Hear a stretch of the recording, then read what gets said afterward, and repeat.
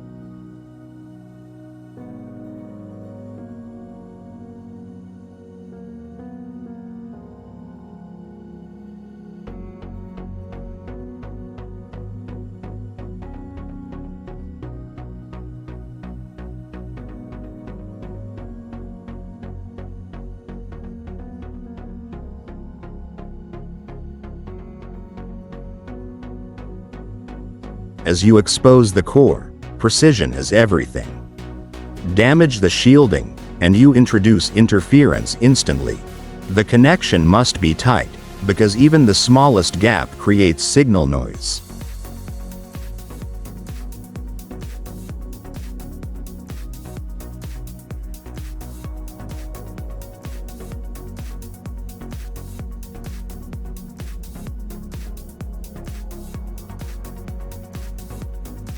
This is the step most people skip, and it's why their antennas fail.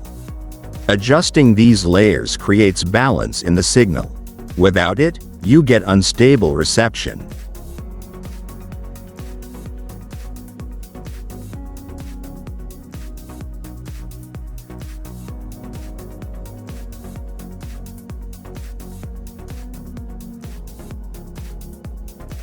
Now we enter the tuning phase. This is not guesswork, this is applied physics. These measurements define how your antenna interacts with electromagnetic waves.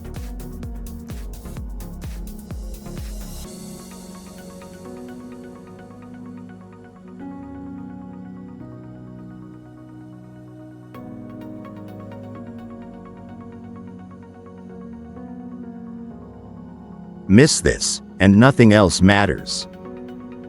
Now here's where things get interesting. A simple everyday object becomes the key component of this antenna.